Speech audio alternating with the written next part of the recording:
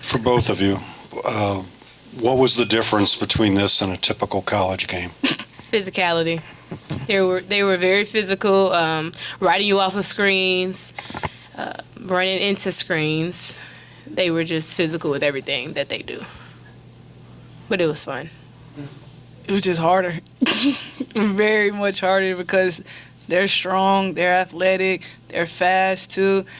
And Jesus, it was just hard, very much harder. And like you couldn't really cheat off anyone because they all can shoot, they all can score. So that was pretty tough.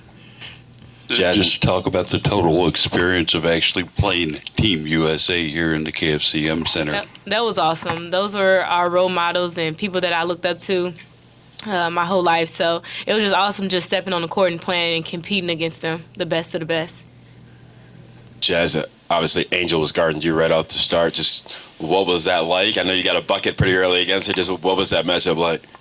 It was great. I mean, I'm playing against a Hall of Famer, and Angel, she's a great player, but she's even a better person. And when I made the layup, she was like, good shot. I mean, right then I was like, okay, it's my chance. I got to go at Angel right here. And I just so happened to make it, and then I landed hard, and now I'm feeling it now. So, but it was great, man. It's a great experience. I mean, it's a once-in-a-lifetime experience. Only 6 college teams got to do this, and we were one of them. So it's a blessing, and we can't take this moment. We couldn't take this moment for granted. We learned a lot this weekend, even watching them practice for 2 days straight. We had a game. We watched them practice. We saw everything they did. We still couldn't stop them. That's how good they are. Yeah. If both of you had to take one particular moment outside of playing today, over the past couple days, as your favorite moment of the weekend, what would it be? Well, my favorite moment, I got 2 actually. The first one was just watching practice, watching how they communicate with each other and how they set the tone. Just watching Sue Bird as a point guard, she's definitely a leader. And the Q&A, how honest they was with us and kind of told us a lot about the WNBA and playing overseas. Yeah, I would say my favorite moment was the one-on-one sessions we got with them and the question and answers thing we did last night, and just picking their brains and taking valuable information that they gave us and just applying it. Jazmine, it's been almost 2 months since you lost a game. You've dominated most of the season. What is a game like this? How do you put it in perspective? You know who you're up against, but it's the score is pretty lopsided.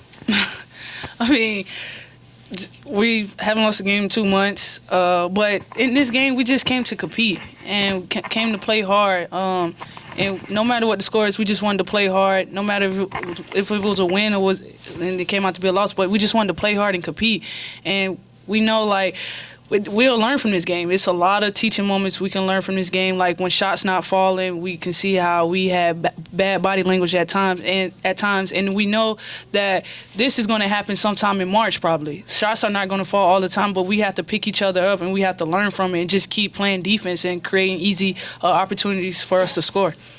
Dana, Angel was in here saying that she felt like, you guys had young legs, able to outrun them. There were a few times where you seemed to get back when they thought they had a fast break and intercept the pass. Do you feel like just your overall speed and agility and how quickly you guys play helped at all? Yeah, I think that helped for a little, not too long. They adjusted pretty well to it. But I just tried to make reads, and they were, like, extremely long. So it was pretty hard to make that loopy pass. And Coach tell me all the time, stop with the loopy passes, and I got exposed with it today.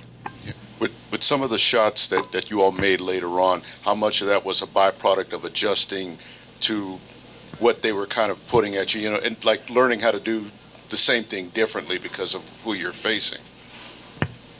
I knew he was going to look at me. Well, I'll just say I'm a lot shorter than most of them, so I had to get my shot off a lot quicker, and I think that definitely messed with my three-point shot. I couldn't really get many off because they were guarding me so tough.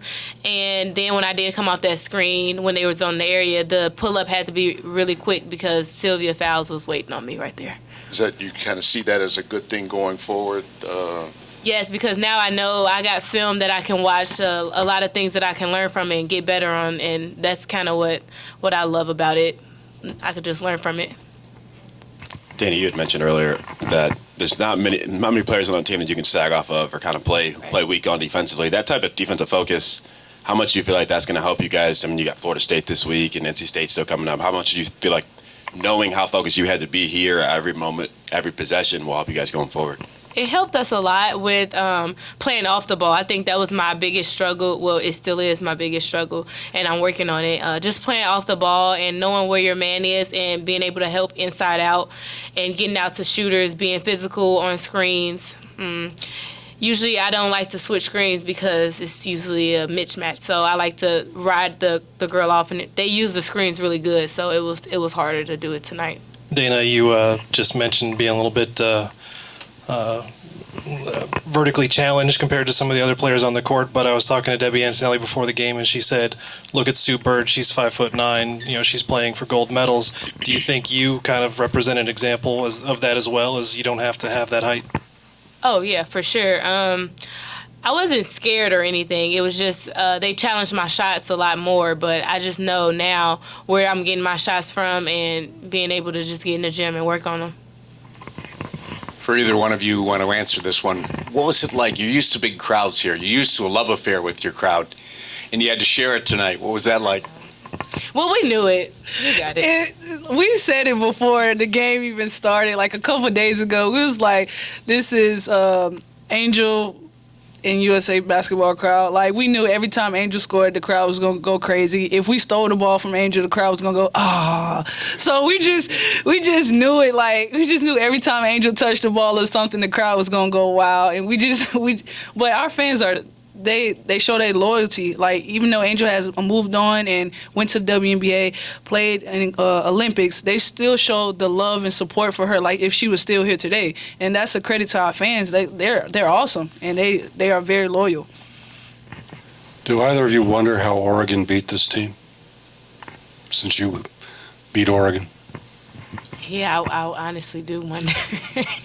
They are really talented and well-rounded. Like, it's no weakness.